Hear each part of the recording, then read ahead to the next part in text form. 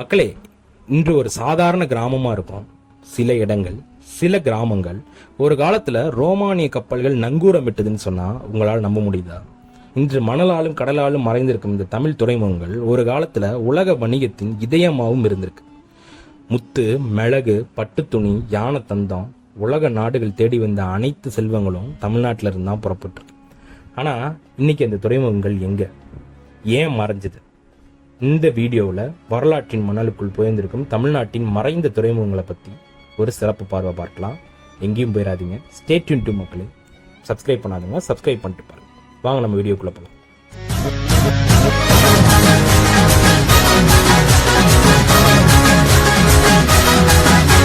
இந்த சங்க காலத்துல தமிழர்கள் நிலத்துல மட்டும் இல்ல, கடல்லையும் வல்லவர்களாக இருந்தாங்க. அந்த காலத்துல இந்திய பெருங்கடல் வணிகத்தை கட்டுப்படுத்திய முக்கிய சக்திகள்ல தமிழர்களும் ஒருத்தம். கிரேக்கம், ரோமம், எகிப்து, அரேபியா, சீனா போன்ற நாடுகளும் நேரடி வணிக உறவுகளும் இருந்திருக்கு.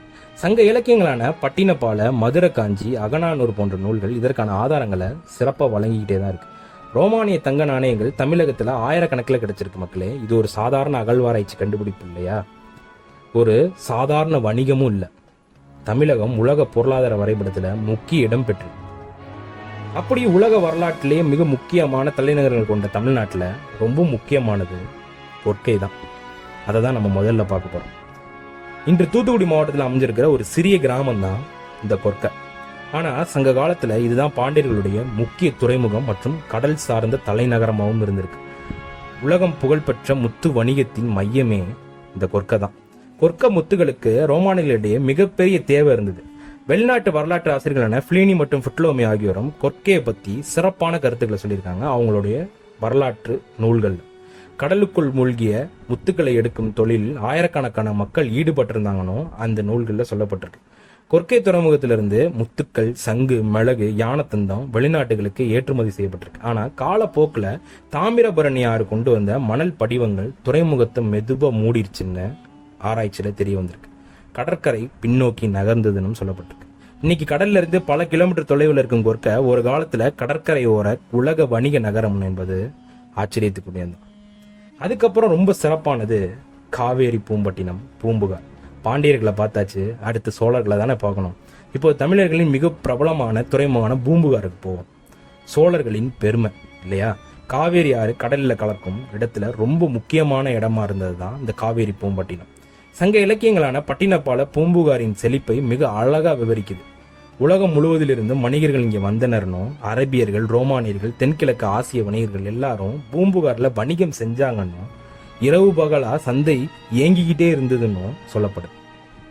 பல்வேறு மொழிகள் பேசப்பட்டதாகவும் சில வரலாற்று ஆசிரியர்களும் வரலாற்று நூல்களும் சொல்லுது. ஒரு வகையில இது சங்க காலத்துடைய சர்வதேச நகரமா இருந்திருக்கலாம்னு ஒரு யூகம் இருக்கு. நல்லா யோசிச்சு பாருங்களேன். ரோமானியர்கள், அரேபியர்கள், ஆசிய வணிகர்கள் எல்லாரும் வரும் பொழுது அது ஒரு பன்மொழி பேசக்கூடிய ஒரு சந்தையா தானே இருந்திருக்கும். அப்போ அது ஒரு சர்வதேச நகரம் தானே. இன்னைக்கு நம்ம சொல்லக்கூடிய இன்டர்நேஷனல் மார்க்கெட்டு அப்படின்றதெல்லாம் அந்த காலத்திலே வந்துருச்சு. ஆனா ஒரு கட்டத்துல கடல் நகரத்தின் பெரும்பகுதியை விழுங்கி விட்டதாகவும் மணிமேகலை கூடுது. கடல் பெரும் நகரத்துடைய பெரும்பகுதியை முழுகிட்டதாகவும் மணிமேகலை நூல்ல கூறப்பட்டிருக்கு. இன்றும் கடலுக்கடியில பழங்கால கட்டிட சுவடுகள் கண்டுபிடிக்கப்பட்டன. பல ஆய்வாளர்கள் பெரிய கடல் சுனாமி அல்லது கடல் மட்ட உயர்வு காரணமாக பூம்புகாரின் பெரும்பகுதி அழிஞ்சிருக்கலான்னு கருதுறாங்க. அடுத்து பாண்டியர்களை பார்த்தாச்சு, சோழர்களை பார்த்தாச்சு, வேற யாரு? சேரர்கள் தான். முசிறி சேரர்களின் உலக நுழைவாயில்னு சொல்லப்படுது. சேர நாட்டிற்கு இப்போ சென்றோன்னா துறைமுகம் முசிறி. இது இன்றைய கேரளாவில் இருந்தாலும் சங்ககால தமிழ் அரசரின் முக்கிய வணிக மையமா இருந்திருக்கு. நீங்க நினைச்சீங்கன்னா முசிறின்றது திருச்சி பக்கத்தில் இருக்க முசிறி இல்லைங்க, இது அங்க கேரளால இருக்க முசிறி. முசிறி பற்றி கிரேக்கர்களின் பெர்புலஸ் ஆஃப் எத்திரியன் சி என்ற நூல்ல விரிவா குறிக்கப்பட்டிருக்கு. என்னன்னா, ரோமானியர்கள் கப்பல் நேரடியா முசிறிக்கு வந்ததுன்னு, மிளகு வணிகத்துல முசிறி உலக புகழ் பெற்று இருந்துச்சுன்னு அதுல கூறப்பட்டிருக்கு. அந்த காலத்துல கருப்பு மிளகு கருப்பு தங்கம்னு அழைக்கப்பட்டுச்சு. ரோமானியர்கள் தங்கத்தை கொடுத்து மிளகை வாங்கிட்டு போனாங்க. மூட்டை மூட்டையே தங்கம் நமக்கு கிடைச்சது, மூட்டையை மிளகு எடுத்துட்டு போனாங்க. முசிறியில் கிடைச்ச ரோமானிய நாணயங்கள் இதற்கு சாட்சியா இருக்கு. ஆனா 1341 ஏற்பட்ட மிகப்பெரிய வெள்ளப்பெருக்கு காரணமாக ஆற்றின் பாதை மாறியதாகவும் ஆற்றினுடைய மணல் பரப்புகள் உயர்ந்ததால் முசிறி துறைமுகம் வீழ்ச்சி அடைந்ததுன்னு சொல்லப்படுது. இதெல்லாம் பார்த்தாச்சு. சரி, நம்மளோட அதிகமாக நேரடி கனெக்ட்ல இருந்தது இப்போ நாம பேசுனதை வச்சு பார்க்கும்போது ரோமானியர்கள் தான் இல்லையா? அப்போ அவங்களுக்கு இங்கே ஒரு தமிழ் நகரம் இருந்திருக்கணும் இல்லையா? நான் எதை சொல்ல வரேன்னு உங்களுக்கு புரிஞ்சிருக்கும்.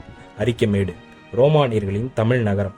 புதுச்சேரி அருகில் உள்ள இந்த அரிக்கமேடு இந்தியாவில் கண்டுபிடிக்கப்பட்ட மிக முக்கியமான ரோமானிய வணிக மையங்களில் இதுவும் ஒன்று. 1940களில் நடந்த அகழ்வாய்களில் ரோமானியர் மண்பாண்டங்கள், கண்ணாடி பொருட்கள், நாணயங்கள் கண்டுபிடிக்கப்பட்டன.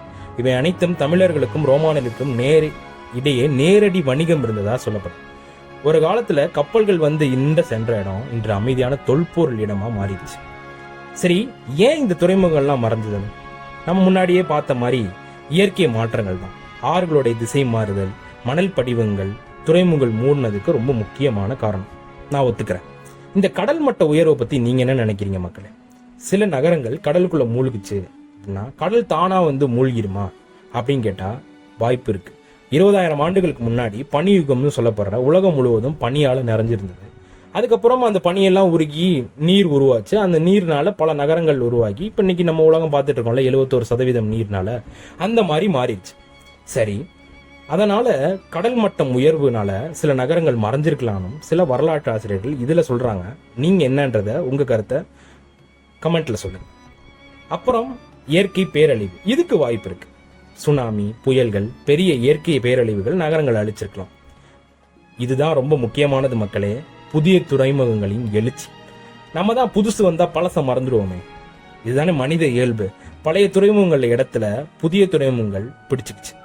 புதிய துறைமுகங்கள் அவங்க தலைநகர்லயே அமைஞ்சதுனால அவங்க பழைய துறைமுகங்களை மறந்துட்டாங்க, அதை பராமரிக்க விட்டாங்க. வரலாற்றுல எந்த நகரமும் எந்த நிகழ்வும் நிரந்தரமே இல்லை, எந்த மனிதனும் நிரந்தரம் இல்லையா? முடிவா என்ன நான் சொல்ல வரணும்னு நினைக்கிறேன் அப்படின்னா, இதுல இருந்து நம்ம பார்க்கறதும் அதுதான். இன்று ஒரு சாதாரண கிராமமாக தெரியும் கொற்க, கடலுக்கடியில் உறங்கும் பூம்புகார், வரலாற்றில் மறந்த முசிறி, அமைதியா நிற்கும் அரிக்கமேடு, இவை அனைத்தும் ஒரு காலத்துல உலக வணிகத்தின் இதயமா இருந்திருக்கு. இன்று நாம் பார்க்கும் மணல் மேடுகளின் கீழே ஆயிரக்கணக்கான கப்பல்களின் சத்தமும் வணிகர்களின் குரலும் தமிழர்களின் கடல் பேரரசின் நினைவுகளும் புரிஞ்சு கிடக்கு.